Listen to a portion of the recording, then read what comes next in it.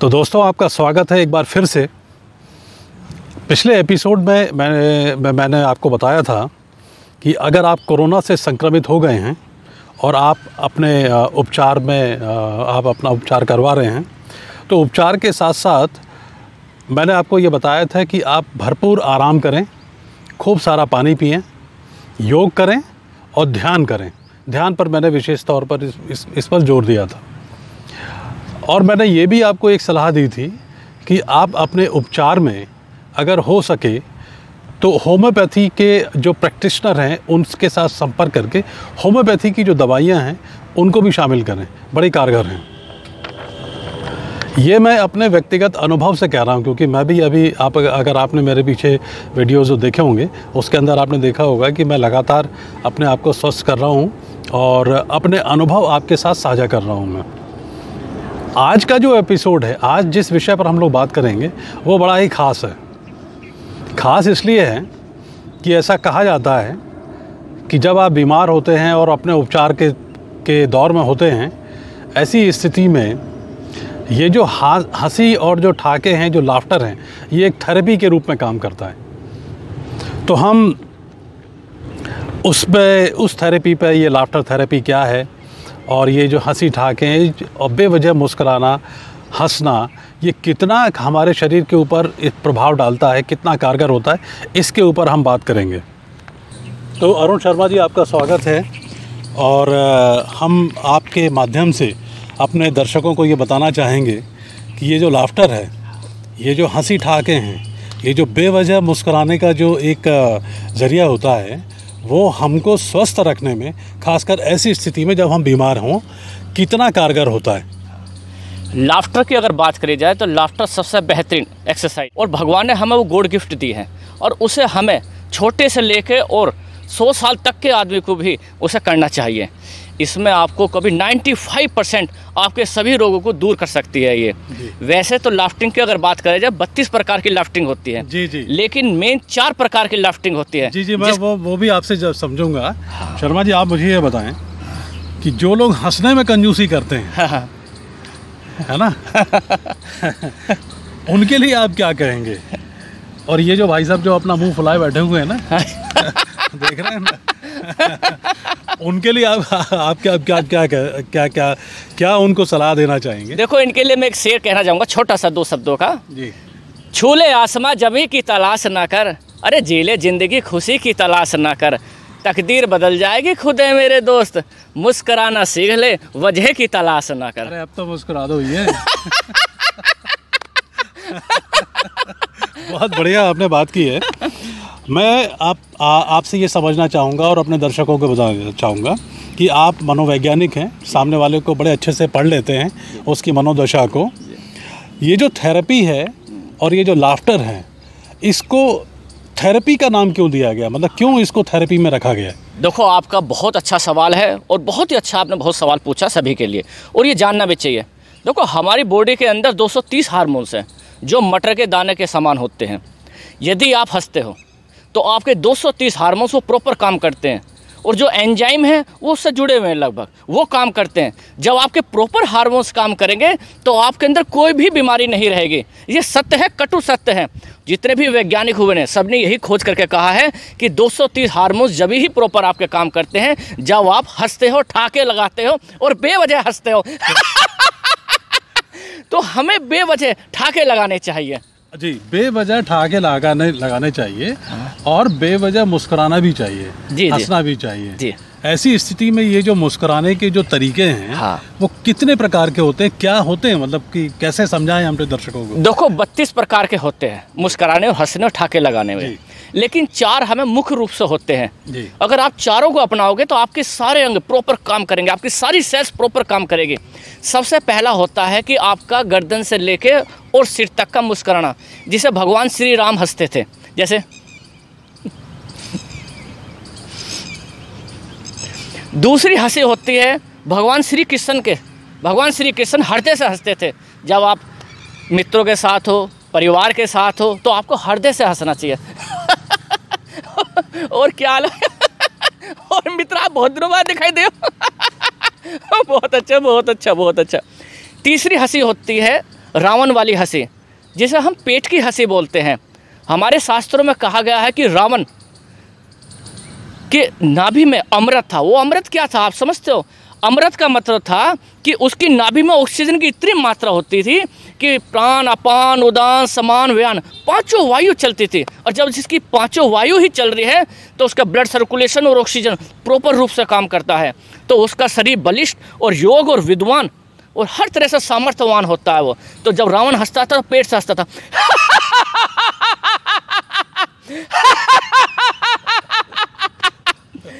अब आती है चौथी हंसी, बोलते हैं मंकी लाफ्टिंग। मंकी लाफ्टिंग का मतलब यह होता है कि आप 10 किलोमीटर की रेस लगा लो और वो 1 मिनट की हंसी आपके 10 किलोमीटर के बराबर है, और आपकी सबसे सूक्ष्म से सूक्ष्म छोटी से छोटी सेल्स वो प्रॉपर काम करती है, जिसकी वजह से हमारी बॉडी में लैक्टिक एसिड नहीं बनता, कैंसर नहीं होता और अन्य बीमारी नहीं होती, क्योंकि वो प्रॉपर ऑक्सीजन ग्रहण कर रही है।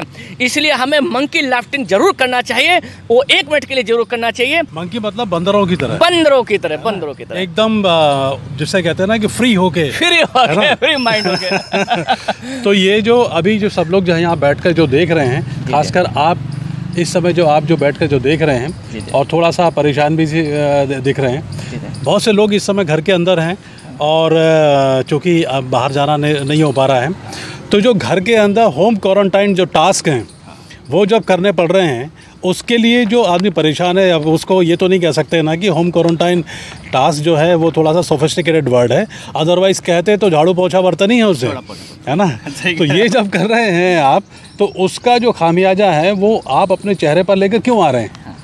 जो भी काम करें आप दिल से करें, खुश होके करें, मुस्कुरा के करें, वो काम जल्दी होगा और अच्छा होगा और आप भी उसमें से खुश रहेंगे। ऐसे लोगों को आप क्या कहना चाहिए? देखो, थकान और सिकन, कमजोरी, ये सब हमारा ही अपना सोच है, ये सारा सोच का खेल है। जिस प्रकार एक गाड़ी का मालिक जो है ड्राइवर होता है, या किसी कंपनी का मालिक डायरेक्टर होता है, इसी प्रकार हमारे शरीर का मालिक हमारा ब्रेन है। बिल्कुल। यदि आप ब्रेन में जैसे शब्दों का उपयोग करोगे, अरे यार क्या होगा, अरे यार मैं बचूंगा नहीं बचूंगा, अरे यार फलाने को कोरोना अरे क्या होगा, कुछ भी नहीं होगा यार। जब मैं हूँ तो सब कुछ है, तो सब कुछ है तो मैं हूँ। और अरुण शर्मा जी, अगर हो भी गया तो हंसते हंसते हुआ है। आज भी मैं कह रहा हूँ, आप मैक्सिमम 3 या 4 दिन रेगुलर आप हंस लो, पेट से हंस लो। मैं आपको कह रहा हूँ कि आपके कहीं भी कोरोना अगर रुक जाए तो मैंने भी माना। देख लीजिए आप, इतनी बड़ी सलाह जो है आपको हंसी मजाक में ही मिल रही है, तो करते क्यों नहीं हो? अरे हंस लो। हाँ, वेरी गुड, बहुत अच्छा। एक बात और अरुण शर्मा जी, मैं आपसे जानना चाहूँगा कि ये जो बेवजह हंसने वाले जो लोग हैं है ना, जिसकी कोई वजह नहीं होती और हम देखकर हमको हंसी आ जाती है, ऐसे लोग ज़्यादा स्वस्थ रहते हैं, क्या कहना है? देखो, अभी एक रिसर्च आई है लंदन में और ऑक्सफोर्ड यूनिवर्सिटी ने, बहुतों ने रिसर्च करी है, और ये तो हमारे हिंदुस्तान में जितने भी आप वेद शास्त्रों को देखोगे तो पहले रिसर्च हो चुकी हैं कि 99% वही लोग प्रसन्न रहते हैं, फिजिकल भी, मेंटलिटी भी और व्यवहारिक बिहेवियरल रूप से भी, जो बेवजह हंसते रहते हैं। बेवजह हंसने का कई कारण होता। आप तो स्वयं अपने को, शरीर को ठीक कर ही रहे हो और साथ के साथ आप सामने वाले को भी ठीक कर रहे हैं, बड़ा गहरा इफेक्ट उसका पड़ता है। तो हमें बेवजह भी अबे हंस ले यार, हंस ले भाई, हंस ले, बेवजह भी हंस।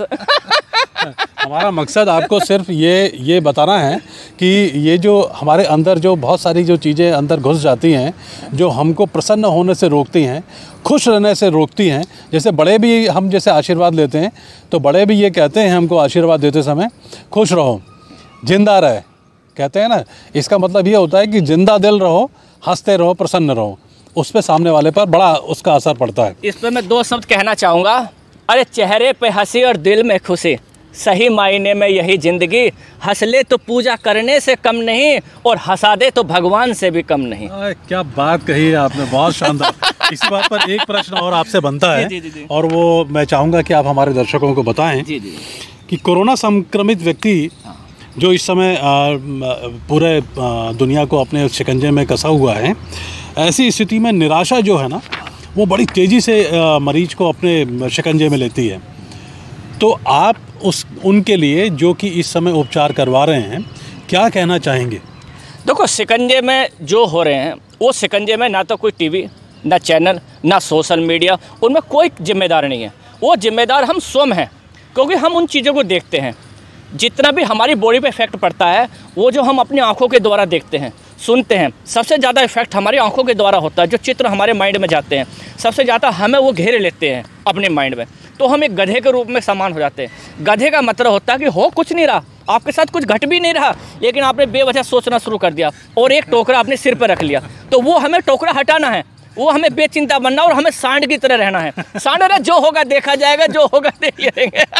तो गधे से मुझे याद आया कि आप ऐसे लोगों को क्या कहना चाहेंगे कि जो हंसने के लिए भी जो है ना टैक्स मांगते हैं, उनको लगता है कि अगर हंस देंगे तो सामने वाले को कुछ मिल ना जाए, ऐसे लोगों के लिए आप क्या कहना चाहेंगे? देखो उसमें कई कारण होते हैं कि आप हंस सकते हो, प्रॉपर कैसे हंसोगे वो आपके ऊपर डिपेंड होगा। अब आपकी पत्नी है, आप हो, तो आप अपनी पत्नी को खुश रख सकते हो। परिवार को कंट्रोल करना भी आपके हाथ में ही है। पत्नी को खुश रखना पत्नी को खुश करने का तरीका एक ये है कि उससे भी कर तुम भी कहो, ऐसे हंस भाई।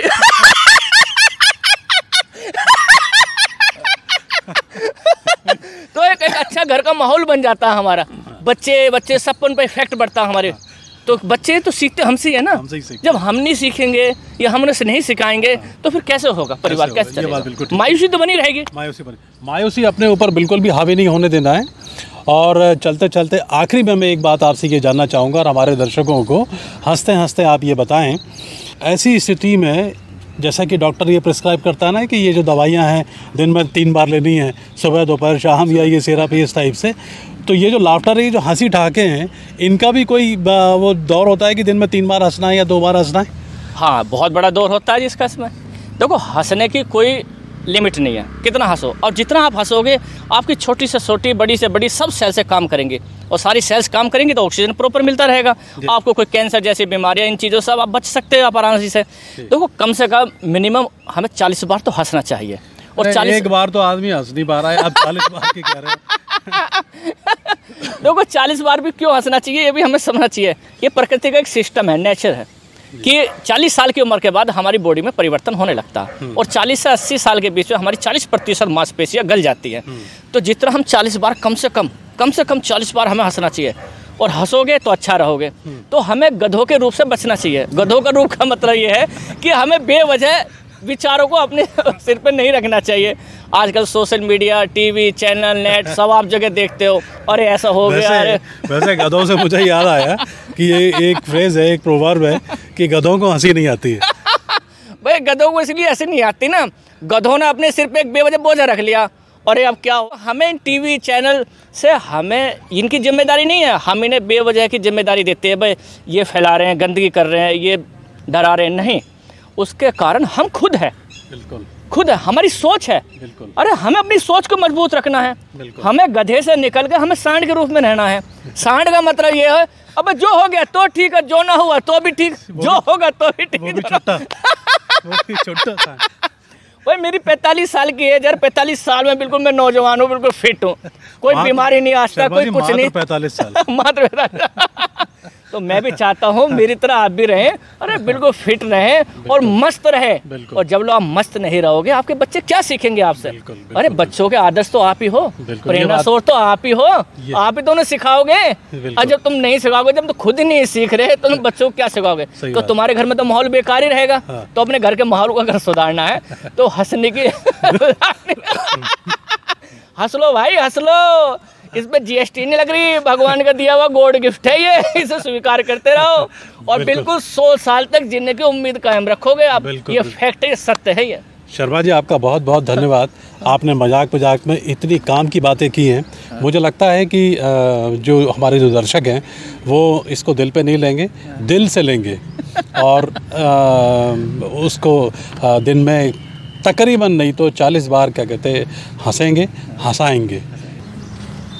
तो कहने का मतलब ये है कि हंसी या ठहाके या मुस्कान एक संक्रामक रोग है, और ये एक ऐसा संक्रमण है जो सबसे ज़्यादा फैलता है। इसके बराबर संक्रमण पूरी दुनिया में कोई ऐसा संक्रमण नहीं है जो इसके बराबर फैलता हो।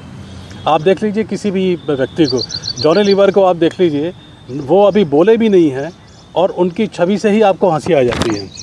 तो ऐसी स्थिति में जो कि बेवजह जो हंसने वाली जो बात होती है वो इतनी कारगर होती है, ये मैं अपने अनुभव से बता रहा हूँ। हंसते रहिए, मुस्कुराते रहिए। जो लोग मेरे चैनल पर पहली बार आए हैं वो मेरे चैनल को सब्सक्राइब करें और इसको लाफ्टर के माध्यम से इसको शेयर करें। अगर आपको अच्छा लगा है लाफ्टर थेरेपी और इसमें जो अरुण शर्मा जी ने जो बातें बताई हैं वो अगर आपको पसंद आई हैं तो कमेंट कीजिए और अगले एपिसोड का इंतज़ार कीजिए। मुस्कुराते रहिए, हंसते रहिए, हंसाते रहिए। धन्यवाद।